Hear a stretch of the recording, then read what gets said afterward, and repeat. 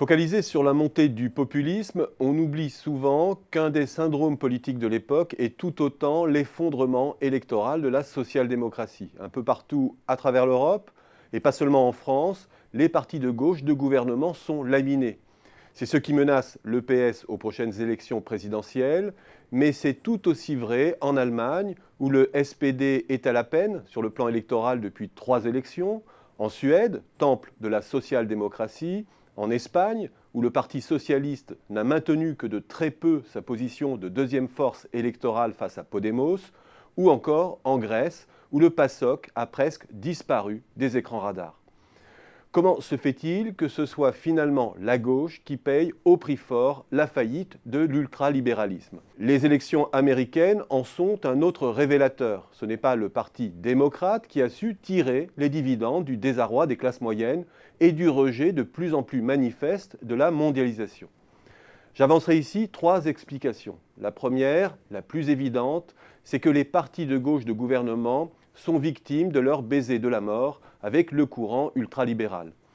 L'espace politique de la gauche n'est plus que celui de la correction des failles du grand vilain marché. C'est le libéralisme, plus la redistribution, plus le principe de précaution en matière d'environnement, de risque bancaire ou de gestion des déficits. Le citoyen vit alors l'économie sociale de marché comme une double peine, un double enfer. La social-démocratie propose la guerre économique, mais sur un mode défensif, bardé d'une armure de 30 kg qui nuit à toute forme d'agilité. La prudence, évoquée pour protéger la planète, limiter les dérives bancaires, préserver la solvabilité ou la compétitivité, n'est plus perçue que comme un politically correct qui fige toute possibilité d'initiative. Le logiciel ultralibéral pur est finalement plus audible que celui de la réparation sociale.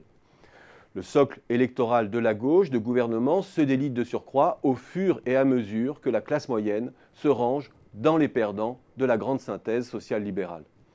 Et les avancées sociétales que propose la gauche sont elles-mêmes suspectées d'être des gadgets clientélistes destinés à camoufler son impuissance économique et sociale.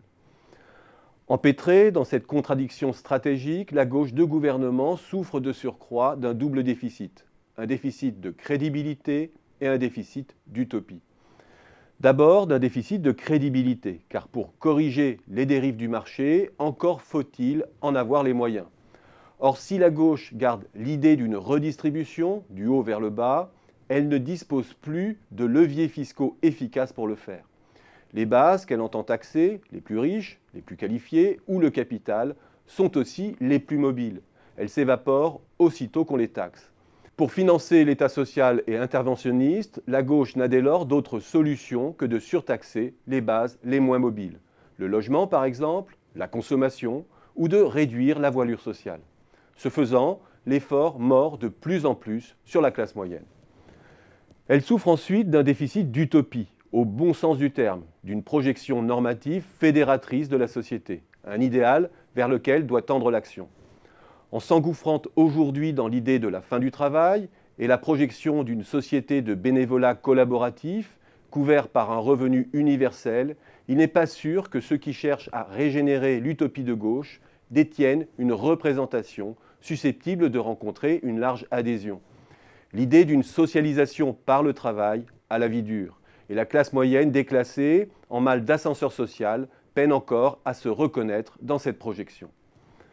Pour relever le défi stratégique, avec Macron et sa vision agile de l'économie et de la politique, celui de la crédibilité, avec Valls, ou de l'utopie porteuse, avec Hamon, la gauche avance encore en ordre dispersé. Mais elle n'a pas encore l'homme de la grande synthèse.